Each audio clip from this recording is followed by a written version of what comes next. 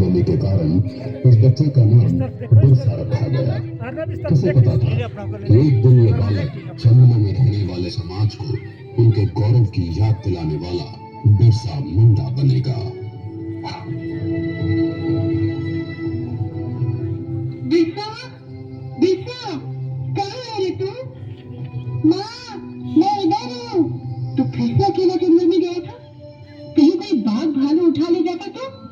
माँ, तू फिक्र मत कर, ये जंगल मेरा दोस्त है। इसके सभी जानवर मेरे भाई। बिरसा पढ़ाई में तेज था और ये देखकर उसका दाखिला मिशनरी स्कूल में करवा दिया गया, लेकिन वहां पढ़ने के लिए उसको जबरन धर्म परिवर्तन करना पड़ा। बिरसा, यीशु के सिवाय कोई भगवान नहीं है। बिरसा, ईसाई धर्म का पालन करने से ही तुम्हारा उद्धार होगा, वरना बाकी वनवासियों की तरह जाहिल के जाहिल रह जाओगे।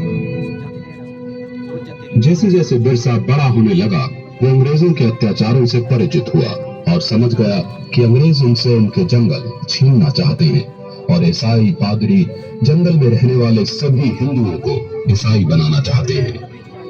आपको हमारी मदद करनी होगी ताकि हम जबरन सभी आदिवासियों को ईसाई बना सकें। ये सब देख बिरसा ने ईसाई धर्म को त्याग दिया।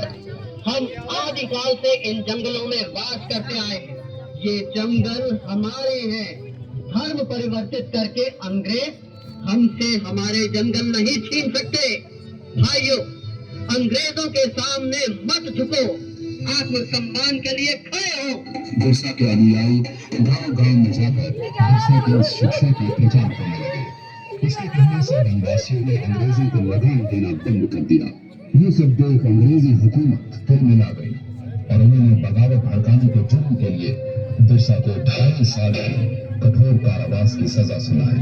लेकिन बिरसा का आंदोलन अब रुकने वाला नहीं था। न वनवासियों ने लगाम दिया, न बेगारी की। बिरसा के छूटने पर सारे वनवासी उसके गांव में इकट्ठा हो गए।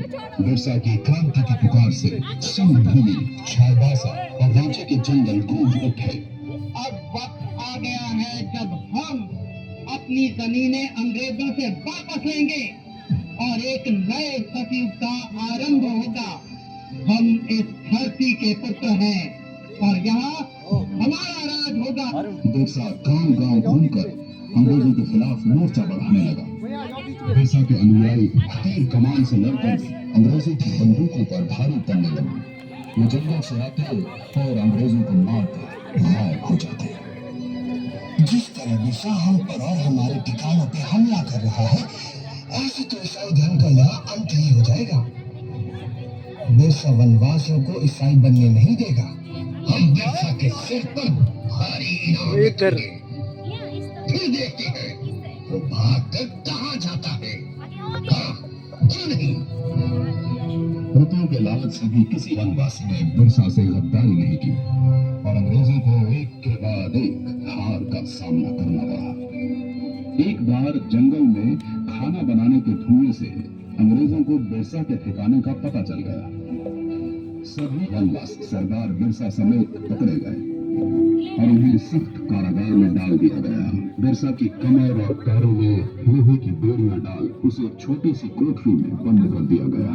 अंग्रेजों ने उसके खाने में आर्सेनिक नाम का जहर डालकर उसे मरवा डाला और दुनिया को ये बताया कि वो हैजे से मर गया। हमारा सेंटर में करो बिरसा अपने धर्म और देश की रक्षा के लिए शहीद हो गया।